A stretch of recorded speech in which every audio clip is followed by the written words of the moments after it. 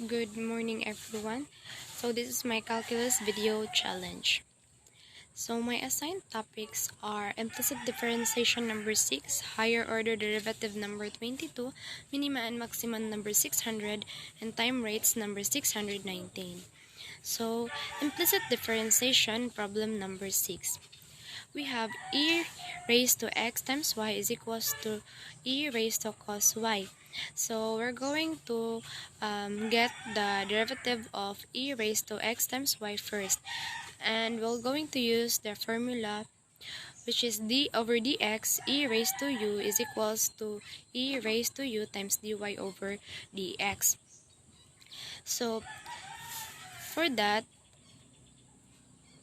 we have d over dx e raised to x times y is equals to e raised to x times y times dy over dx. And to get dy over dx, we're going to use product d over dx u times v is equals to u dv over dx plus v times du over dx. So we have u, which and its derivative is 1, and also we have v, which is, and the derivative of y is 1 times dy over dx. So we have x times derivative of v, which is 1 times dy over dx, plus y of x, which is, and then we're going to multiply e raised to x times y times dy over dx, and then e raised x times y times y. So we have x times e raised to xy times dy over dx plus ye raised to x times y, derivative of e raised to x times y. So now we will going to get the derivative of e raised to cos y, and we're going to use the same formula. So we have d over dx e raised to cos y is equals to e raised to cos y times negative x, because the derivative of cosine is negative sine, and the derivative of y is y times dy over dx. And if we will multiply them, we have sine y e raised to cos y times dy over dx. So we will going to simplify the both function. So we have x e raised to x times dy over dx plus y e raised to xy is equals to negative sine y e raised to cos y times dy, and then isolate the dy over dx. Now we have dy over dx x e raised to xy plus sine cos raised to cos y is equals to negative y e raised to xy. So para dy over dx na lang mabilin, we're going to divide both sides. X e raised to xy plus sine y e raised to cos y. So our final answer will be dy over dx is equals to negative y e raised to x over x e raised to xy plus sine y e cos y. So the next is higher order derivatives. So problem number 22. We have the function of y is equals to e raised to x plus 1 over e raised to x minus 1. So the first things that we need to do is to use the formula of quotient rule. D over dx u over v is equals to v times du over dx minus u times dv over dx over v squared. So our u will be e raised to x plus 1, and its derivative is e raised to x. And for our v, we have e raised to x minus 1, and its derivative is e raised to x. So we have y prime is equals to e raised to x minus 1 times the derivative of ru minus e raised to x plus 1 and the derivative of our v over e raised to x minus 1 squared. Now, to simplify, we have e raised to x minus e raised to x minus e raised to x plus e raised to x over e raised to x minus 1 squared. So, our final answer is our first derivative is equals to 0. Therefore, our second derivative and so on will also be 0. So now, we have a real-world application. So derivatives plays a significant role in managing risk, facilitating investments, and enabling financial markets to function efficiently.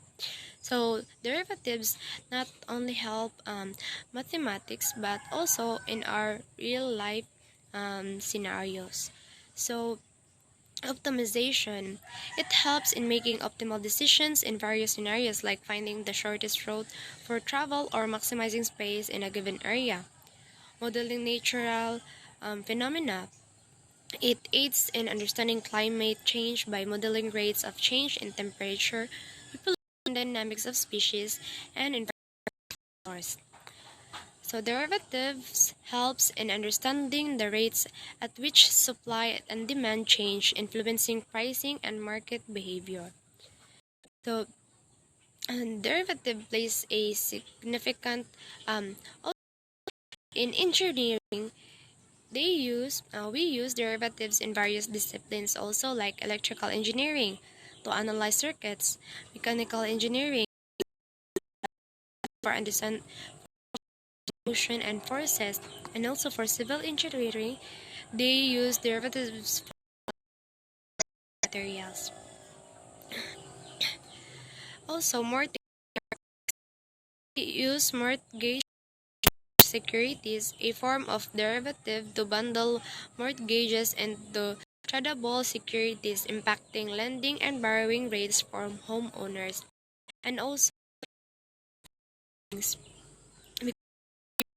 to speculate on the future price movements of stocks, commodities, commodities or indices aiming for potential profits without owning the underlying assets. Also the hedging, because they use derivatives like forward contracts to hedge against currency fluctuations, securing future exchange rates to protect profits. Also, derivatives in portfolios, because they use derivatives to diversify portfolios, manage risk exposure, and enhance returns through various strategies. So now we have minima and maxima, problem 600. So find the minimum amount of tin sheet that can be made into a closed cylinder having a volume of 108 cubic inches in square inches. So we have a picture right here at the right corner. So a cylinder have a or a volume formula, which is V is equals to pi r squared h, which is r is for radius and h for the heights. So our volume given 8 cubic inches in square inches. So we need to find our height. So we have the given 108 over pi r squared, which is, this is our first equation. And then also a cylinder have a area of the surface, which is 2 pi r h plus 2 pi r squared, which is our second equation. So now we're going to substitute the height to our area of the surface. So we have 2 pi r times 108 over 2 pi pi r squared plus 2 pi r squared. So we have 216 over r plus 2 pi r squared. Now, we're going to find our radius. So we have dA over dr is equals to negative 16 over r squared plus 4 pi r. And then, 216 over r squared is equals to 4 pi r. So, since we have 3 radius, now we get 3 cubed is equals to 216 over 4 pi. And then, so we're going to use cube root to find the value of our radius, which is 2.58 inches. And because of that, we're going to substitute our radius into our height. So we have 108 over pi times the value of radius, which is 2.58 squared, is equals to 5.184 inches. And then for our area of our surface, we're going to substitute the value of height and our radius. So we have 2 pi times the value of our radius times the value of our height plus 2 pi times the value of our radius squared. So we have 125.55 inches. So that will be our final answer. So now we have time rates. So problem number 619. Water is flowing into a conical cistern at a rate of 8 meter cube per minute. If the height of the inverted cone is 12 meter and the radius of its circular opening is 6 meter, how fast is the water level rising when the water is 4 meter deep? So our conical cistern has a formula of volume formula, which is 1/3 times pi r squared, which is our r is the radius and our h is for our height. So we have r over h, radius over height, is equals to 6 over 12. So now we have our radius, which is height over 2.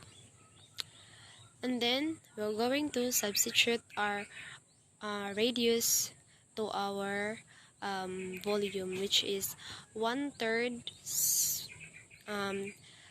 pi times h or height over 2 times height is equals to pi over 12 times height cube.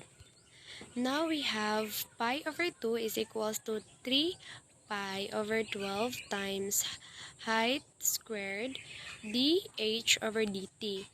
And then we have 8 is equals to 3 pi over 12 times 4 squared dh over dt.